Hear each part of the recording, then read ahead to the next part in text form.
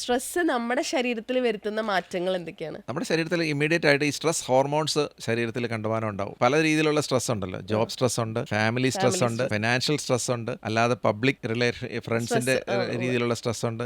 സാധാരണഗതിയിൽ ഒരു average person ഒരു സ്ട്രെസ് താങ്ങാൻ പറ്റും. ബാക്കി 3-4 സ്ഥലത്തുനിന്ന് സപ്പോർട്ട് ഉണ്ടെങ്കിൽ. പല സമയത്ത് ആളുകൾ ബ്രേക്ക് ഡൗൺ ചെയ്യുന്നത് ഒരേ സമയത്ത് തന്നെ ഒന്നിൽ കൂടുതൽ സ്ട്രെസ് വരുമ്പോഴാണ്. പിടിക്കുമ്പോഴാണ് ആൾക്കാർ തകർന്നു പോകുന്നത്, പിടിച്ചു നിൽക്കാൻ പറ്റാണ്ടായി പോകുന്നത്. അങ്ങനെ വരുമ്പോഴത്തേക്കാണ് ഇവർ എന്തെങ്കിലും ഡ്രഗ്സിനകത്തേക്ക് പോവുക, അല്ലെങ്കിൽ ആൽക്കഹോളിനകത്തേക്ക് പോവുക, അല്ലെങ്കിൽ സ്മോക്കിംഗ്. സൂയിസൈഡ് ചെയ്യുക, ഇങ്ങനെയുള്ള സംഗതികളിലേക്ക് ഡൈവേർട്ട് ചെയ്തു പോകാൻ വളരെ ചാൻസ് കൂടുതലാണ്. പ്രത്യേകിച്ച് അന്നേരം അവർക്ക് ഓപ്പണായിട്ട് ഫ്രണ്ട്സ്, നല്ല കൂട്ടുകാരോ അല്ലെങ്കിൽ മനസ്സ് തുറന്ന് സംസാരിക്കാൻ പറ്റുന്ന ആളുകൾ, നമുക്കൊരു കമ്പനി ഫ്രണ്ട്സ് ഇല്ലെങ്കിൽ, ഇല്ലാത്ത അങ്ങനെ ഒരുപാട് സ്ഥിതിവിശേഷങ്ങളുണ്ട്. ചില ആളുകൾ അങ്ങനെ ഒരുപാട് ഫ്രണ്ട്സ് ഉള്ളവരല്ല, ചിലർക്ക് ഒരുപാട് പേരുണ്ട്.